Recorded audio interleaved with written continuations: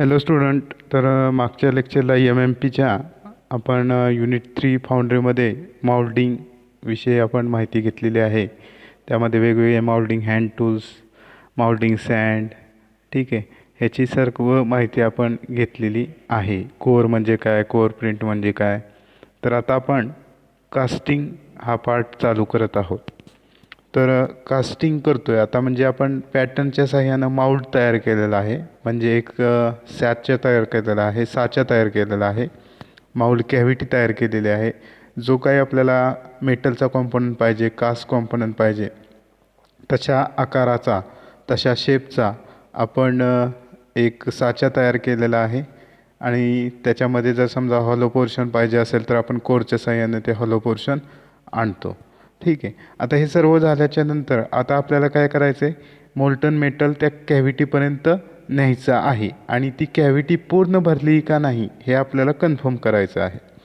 मग त्यासाठी आपल्याला गेटिंग आणि रायझिंग सिस्टीम ही कास्टिंगमध्ये आपण पहिल्यांदा पाहणार आहोत. गेटिंग सिस्टीम म्हणजेच काय, the passages or all the passageways through which the molten metal is delivered to mould cavity. त्याच्यामध्ये इथं तुम्हाला डायग्रॅममध्ये तुम्ही पाहत असताल तर इथं ही गेटिंग सिस्टीम दाखवली. याच्यामध्ये पोरिंग बेसिन दाखवलेलं आहे, स्प्रू दाखवलेला आहे, स्प्रू बेस आहे, रनर आहे आणि हे जे तुम्हाला चॅनल्स दिसतात जे की असे गेट दिसत आहेत. ठीक आहे. जो पॅसेज दिसतो आहे गेट, जो की ॲक्च्युली माउल्ड कॅव्हिटीपर्यंत मोल्टन मेटल पोचवतो किंवा जो ॲक्च्युली माउल्ड कॅव्हिटीमध्ये ओपन होतो तो पॅसेज म्हणजे गेट असं आपण म्हणतो. ठीक आहे. म्हणजे थोडक्यात तुम्हाला आता कळलं असेल की गेटिंग सिस्टीम म्हणजेच काय, की सगळे पॅसेज की ज्याद्वारे मोल्टन मेटल हे माउल्ड कॅव्हिटीपर्यंत पोचलं जातं. मग त्याच्यामध्ये पोरिंग बेसिन आलं, स्प्रू आलं, रनर आलं आणि गेट आलं. आता ह्या गेटिंग सिस्टीमचं फंक्शन काय आहे. पहिलं फंक्शन असं आहे की कंटिन्युअस आणि युनिफॉर्म आपल्याला मोल्टन मेटल सप्लाय करायचं आहे, माउल्ड कॅव्हिटीला सप्लाय करायचं आहे. त्याच्यामध्ये कोणताही टर्ब्युलन्स म्हणजे कोणताही अडथळा न आला पाहिजे. आणि आपल्याला हे जे काय मोल्टन मेटल आहे ते युनिफॉर्म आपल्याला कंटिन्युअसली युनिफॉर्म रेटला आपल्याला ती फीड करायचं आहे, पोचवायचं आहे मोल्टन मेटल माउल्ड कॅव्हिटीपर्यंत. दुसरं आहे की प्रॉपर डायरेक्शनल सॉलिडिफिकेशन आपल्याला अचीव करायचं आहे. डायरेक्शनल सॉलिडिफिकेशन म्हणजेच काय, एका डायरेक्शननं मेटल थंड होतं किंवा एका डायरेक्शननं मेटल सॉलिडिफाय होतं. असं होत नाही की मध्येच कुठेतरी सॉलिडिफाय झालं आहे, बाकीचं मोल्टन मेटल तसंच लिक्विड स्वरूपात राहिलं आहे, असं नाही व्हायला पाहिजे. तर ते एका डायरेक्शननं कंटिन्युअस असं directional solidification, properly direction solidification झालं पाहिजे, ते अचीव करायचं आहे. आपल्याला कमीत कमी वेळेमध्ये माउल्ड कॅव्हिटी भरता येणं आवश्यक आहे. म्हणजे माउल्ड कॅव्हिटी कमीत कमी वेळेत भरली गेली पाहिजे, हे सुद्धा काम हे गेटिंग सिस्टीमचं फंक्शन आहे. नंतर कमीत कमी मेटल कन्झ्युम झालं पाहिजे, कमीत कमी जे काय मेटल आहे ते कन्झ्युम झालं पाहिजे.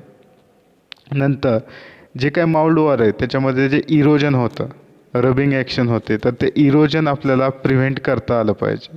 ठीक आहे. घासले जातं माउल्ड वॉल त्या मोल्टन मेटल जात असताना, तर ते रबिंग ॲक्शन म्हणजे ते इरोजन आपल्याला ते प्रिव्हेंट करायचं आहे.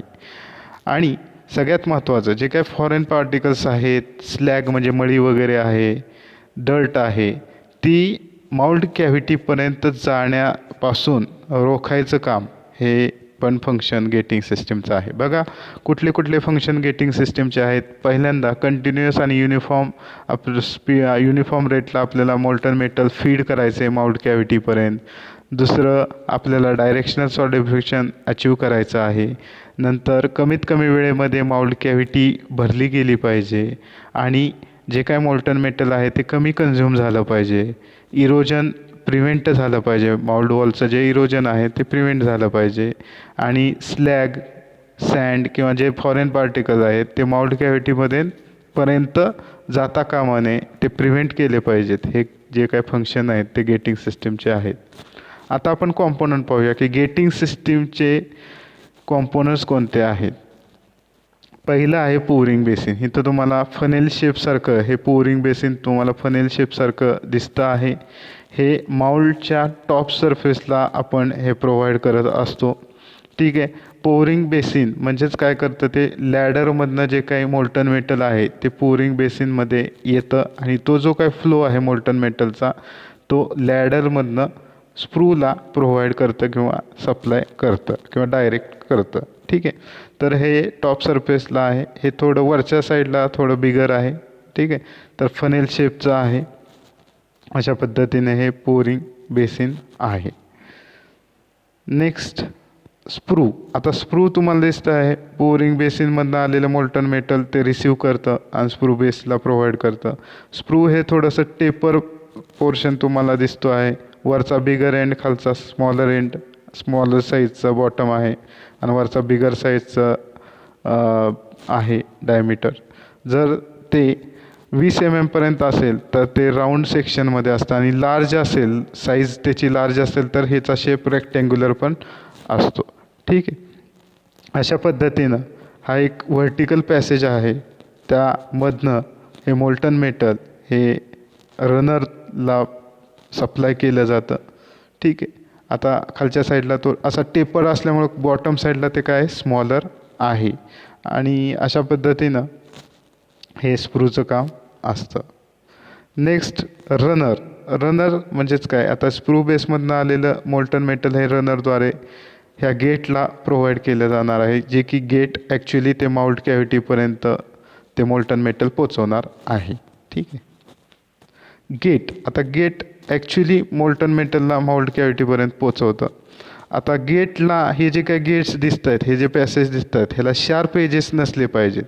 शार्प एजेस असतील ह्या गेटला, आता समजा तुम्ही असे गेट्स तयार केलेत आणि ह्याला शार्प एजेस असतील तर जेव्हा मोल्टन मेटल त्याच्यामधून गेटमधनं पास होत असेल तेव्हा ते शार्प एजेस काय होऊ शकतात, ते मोल्टन मेटल जेव्हा जातं तेव्हा तिथं रबिंग होऊ शकतं, इरोजन होऊ शकतं, घासू शकतं ते माउल्ट वॉलला आणि तिथं ब्रेक होऊ शकतात. ठीक आहे.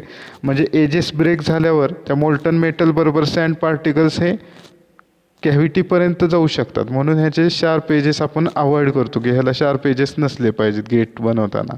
आता ह्याच्यात प्रकार आहेत गेटचे. टॉप गेट आहे, पार्टिंग गेट आहे, बॉटम गेट आहे, साईड गेट आहे. आता हे जे काही गेट आहे जे की ॲक्च्युअली ओपनिंग आहे कॅव्हिटीमध्ये मोल्टन मेटल पोचवतं आहे that leads in to mould cavity, तर ते कोप साईडला बनवलं आहे का, तर ते टॉप गेट. पार्टिंग लाईनला बनवलं तर पार्टिंग गेट. ड्रॅग साईडला बनवलं बॉटम गेट. साईडमध्ये माउल्ट कॅव्हिटीच्या साईडला बनवलं साईड गेट. असे त्याचे प्रकार आहे. आता इथं पहिला जो गेटचा प्रकार आहे तो म्हणजे टॉप गेट. आता ह्याला ड्रॉप गेट पण म्हणलं जातं कारण ते डायरेक्टली काय, जे मोल्टन मेटल आहे ते डायरेक्टली ड्रॉप होतं ग्रॅव्हिटीमुळं आणि ते खालच्या साईडला आधी येणार आहे. सँडच्या बॉटम ऑफ माउल्टला ते ड्रॉप होणार आहे. हे ॲक्च्युली रायझर म्हणून सुद्धा ॲक्ट होतं आणि ह्याच्यामुळं directional solidification bottom to top म्हणजे एका डायरेक्शननं बॉटमचा भाग जो आहे माउल्ट कॅव्हिटीचा तो आधी थंड होणार आहे आणि हळूहळू ते सॉलिडिफाय वरच्या साईडनं हे होणार आहे. म्हणजे इथं आपल्याला डायरेक्शनल सॉलिडिफिकेशन अचीव करता येतं आणि त्यामुळं हॉटेस्ट मेटल जे आहे ते टॉप साईडच्या कास्टिंगच्या टॉप साईडला ते हॉटेस्ट मेटल हे राहणार आहे. ठीक आहे. तर अशा पद्धतीनं ह्याच्यामध्ये प्रकार आहेत. पेन्सिल गेट आहे, वेज टाईप गेट आहे, त्याच्यानंतर गेट विथ स्टेनर कोर आहे. तर इथं असं स्प्रूचे काय केलेले आहेत, ब्रँचेस केलेले आहेत, पेन्सिल टाईप आहे. इथं जो स्टेनर आहे तो इथं कोर तयार केलेला आहे बघा, स्टेनर कोर तयार केलेला आहे. सँडचंच एक असं स्टेनर कोर तयार केलं जेणेकरून त्याचे काय मोल्टन मेटलमध्ये जे काही घाण असेल, डर्ट असेल, इथं ट्रॅप होणार आहे. क्लीन मेटल ते फक्त खाली जाणार आहे. अशा पद्धतीनं स्टेनर कोर इथं वापरलेला आहे. मी हे कोर शिकवताना तुम्हाला म्हणलेलं की स्टेनर कोरचा उल्लेख आपल्याला पुढे जाणार आहे. तर स्टेनर कोर म्हणजे सँडचं एक कोर बनलेलं आहे, कोर बनवलेला आहे. सँडपासून एक असं गाळणी टाईप बनवलेलं आहे जेणेकरून जी घाण आहे ती इथं अडकणार आहे आणि क्लीन मेटल फक्त माउल्ट कॅव्हिटीपर्यंत जाणार आहे.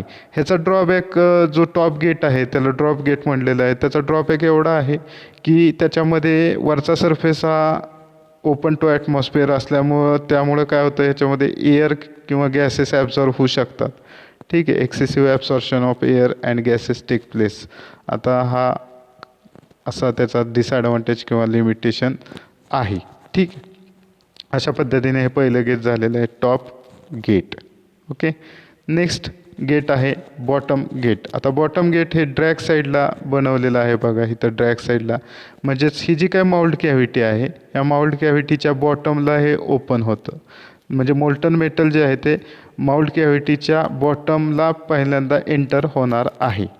पण ह्याच्यामध्ये एक ॲडव्हांटेजेस आहे की टर्ब्युलन्स कमी होतो, अडथळा कमी होतो आणि इरोजन पण आपलं जे काही माउल्डचं इरोजन होणार आहे, माउल्ड कॅव्हिटीचं इरोजन होणार आहे, रबिंग होणार आहे, ते इथं आपल्याला मिनिमाइज करता येतं. आणि पण ह्याच्यामध्ये डिसॲडव्हांटेज हा आहे, याच्यामध्ये डायरेक्शनल सॉलिडिफिकेशन जे आहे ते अचीव होत नाही. इथं चोक होऊ शकतं, इथंच मध्येच चोक होऊ शकतं, चोकअप होऊ शकतं मोल्टन मेटल. त्यामुळे डायरेक्शन सॉलिडिफिकेशन नीट न अचीव झाल्यामुळं अशा पद्धतीचं हे डिसॲडव्हांटेज आहे. नेक्स्ट आहे पार्टिंग लाईन गेट. आता पार्टिंग लाईन म्हणजेच काय, कोप आणि ड्रॅग ह्याचा जो मधला सरफेस आहे, जो पार्टिंग आहे, पार्टिशन आहे, तो पार्टिंग लाईन आहे, त्याला आपण पार्टिंग लाईन गेट होतो. म्हणजे हे जे गेट आहे ते पार्टिंग सरफेसला किंवा पार्टिंग लाईनला प्रोव्हाइड केलेलं असतं. हे बनवायला सोपं आहे, फास्टली आपण बनवू शकतो आणि डायरेक्शन सॉलिडिफिकेशन पण प्रमोट होऊ शकतो. पण ह्याच्यामध्ये अडथळे निर्माण होऊ शकतात. मेटल जेव्हा खाली माउल्ड कॅव्हिटीमध्ये फॉल होणार आहे तेव्हा थोडेसे अडथळे ह्याच्यामध्ये निर्माण होऊ शकतात, हे त्याचं लिमिटेशन आहे. नेक्स्ट आहे साईड गेट. आता मेटल जे आहे ते मोल्टन मेटल जे आहे ते माउल्ड कॅव्हिटीच्या साईडमधनं एंटर होतं की ठीक आहे. आता ते जसं जसं आता मोल्टन मेटल जसं जसं खाली होईल तसं तशी ह्याच्यामध्ये माउल्ड कॅव्हिटीमध्ये लेवल काय होणार आहे, मोल्टन मेटलची राईज होणार. आणि जशी जशी लेवल मेटलची राईज होईल तसं हे मेटल बाकीच्या साईडमधनं यायला सुरुवात, नियर जे काही सरफेस हे हा जो आहे सरफेस नियर, त्यामधनं मोल्टन मेटल आतमध्ये येणार आहे. बघा, मोल्टन मेटल जेव्हा खालच्या साईडला येईल तसं तशी मोल्टन मेटलची जी काही लेवल आहे ती राईज होणार आहे. आणि जशी मोल्टन मेटलची लेवल राईज होईल तसं जवळ शेजारच्या सरफेसमधनं ते मोल्टन मेटल राईज होतं. म्हणजे आता समजा इथं आलं मोल्टन मेटल तर ह्या साईडमधनं परत येणार आहे, परत असं इथपर्यंत आलं तर ह्या साईडमधनं मोल्टन मेटल राईज होणार आहे. थोडक्यात काय, तर मोल्टन मेटल हे माउल्ड कॅव्हिटीमध्ये साईडमधनं आतमध्ये येत आहे, त्यामुळे त्याला साईड गेट असं म्हणलेलं आहे. आता हे झालं गेटिंग सिस्टीम. गेटिंग सिस्टीम म्हणजेच काय की जे पॅसेजवेज आहेत त्या पॅसेजवेमधनं मोल्टन मेटल हे कॅव्हिटीपर्यंत पोचवलं जातं. हे गेटिंग सिस्टीममध्ये आपण पोरिंग कप किंवा पोरिंग बेसिन पाहिलं, स्प्रू पाहिलं, रनर पाहिला, गेट पाहिला. ठीक आहे, गेटचे प्रकार पाहिले, top gate, bottom gate, parting line gate, side gate, असे प्रकार पाहिले. आता आपण नेक्स्ट पॉईंट पाहतोय तो म्हणजेच रायझिंग सिस्टीम. आता माउल्ड कॅव्हिटीपर्यंत मोल्टन मेटल पोचलेलं आहे. आता आपल्याला एवढं लक्षात घ्यायचं आहे की माउल्ड कॅव्हिटी पूर्णतः भरली का नाही, हे आपल्याला कसं लक्षात येणार आहे, जेव्हा मोल्टन मेटल हे रायझरमधनं राईज होणार आहे. मोल्टन मेटल जेव्हा रायझरमधनं राईज होणार आहे तेव्हा आपल्याला लक्षात येणार आहे की माउल्ड कॅव्हिटी ही पूर्णतः भरलेली आहे. सुरुवातीच्या वेळेस जो रायझर आहे तो एक पॅसेज प्रोव्हाइड करतो की जे काही मोल्टन मेटलमध्ये जे काही गॅसेस वगैरे आहेत, स्टीम वगैरे आहे, ती बाहेर जाण्यासाठी एक पॅसेज हा त्याच्यामध्ये सुरुवातीच्या काळामध्ये तो माउल्ड कॅव्हिटीमध्ये मोल्टन मेटल एंटर व्हायच्यापर्यंत तो ॲक्ट होत असतो. आणि नंतर आपल्याला माउल्ड कॅव्हिटी पूर्णतः भरली की त्या रायझरमधनं, त्या पॅसेजमधनं मोल्टन मेटल हळूहळू वर यायला सुरू होते. म्हणजेच आपल्याला कळतं की माउल्ड कॅव्हिटी पूर्णतः भरली होत आहे. ती राईज होतं मोल्टन मेटल म्हणजेच रायझर, की माउल्ड कॅव्हिटी पूर्ण भरलेली आहे. ठीक आहे, आता याचे फंक्शन काय आहे, तर इनिशियल स्टेज ऑफ पोरिंगमध्ये ते एअर किंवा स्टीम किंवा गॅसेस हे जाण्यासाठी मार्ग तयार करतं. दुसरं आपल्याला एक कळतं की माउल्ड कॅव्हिटी पूर्णतः भरलेली आहे. त्याच्यानंतर डायरेक्शनल सॉलिडिफिकेशन म्हणून ते प्रमोट करतं डायरेक्शन सॉलिडिफिकेशन. आणि कधीकधी हे आपल्याला एक स्त्रोत म्हणून ॲक्ट होतं, रिझर्वायर म्हणून ॲक्ट होतं मोल्टन मेटल फीड करण्यासाठी, श्रिंकेज ओव्हरकम करण्यासाठी. मोल्टन मेटल आपल्याला फीड करण्यासाठी आपण रायझरचा पण वापर कधीकधी रिझर्वायर म्हणून ते ॲक्ट होत असतं. ठीक आहे, आता हे रायझर जे आहे ते ॲक्च्युली स्पेरिकल शेपचं बनलं पाहिजे, पण स्पेरिकल शेप बनवत दिसण्याच्या ज्या भरपूर अडचणी आहेत स्पेरिकल शेपचं बनवायला रायझर, म्हणून हे सिलेंड्रिकल शेपचं बनवलं जातं. आता रायझरचे टाईप्स आहेत, त्यामध्ये पहिला जो टाईप आहे तो म्हणजे ओपन रायझर. इथं तुम्हाला दिसते टॉप रायझर किंवा open riser. So the surface of riser is open to atmosphere.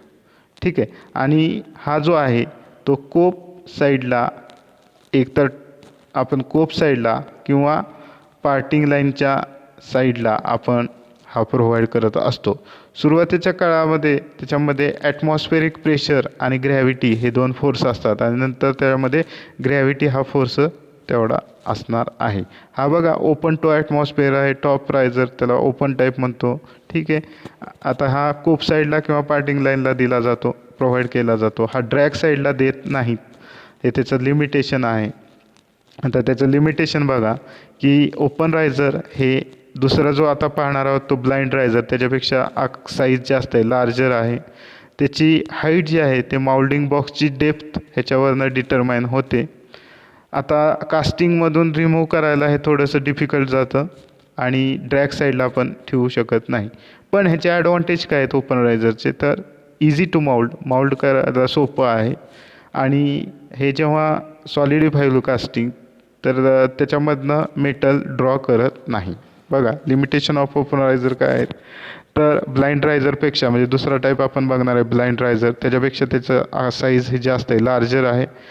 आणि त्याची जी काय ओपन रायझर आपण बनवणार आहे त्याची हाईट आपण माउल्डिंग बॉक्सच्या डेप्थवर डिटरमाइन करतो. थोडंसं आपल्याला डिफिकल्ट आहे कास्टिंगमधनं रिमूव्ह करायला आणि ड्रॅग साईडला आपण देत नाही. ॲडव्हान्टेजेस आहे easy to mould, difficult to remove but easy to mould. हे सगळ्यात लक्षात घ्या की हे जे काय ओपन रायझर आहे it is difficult to remove from casting but it is easy to mould. Okay. आणि हे मेटल ड्रॉ करत नाही कास्टिंगमधनं, हे त्याचं महत्त्वाचं ॲडव्हान्टेज आहे.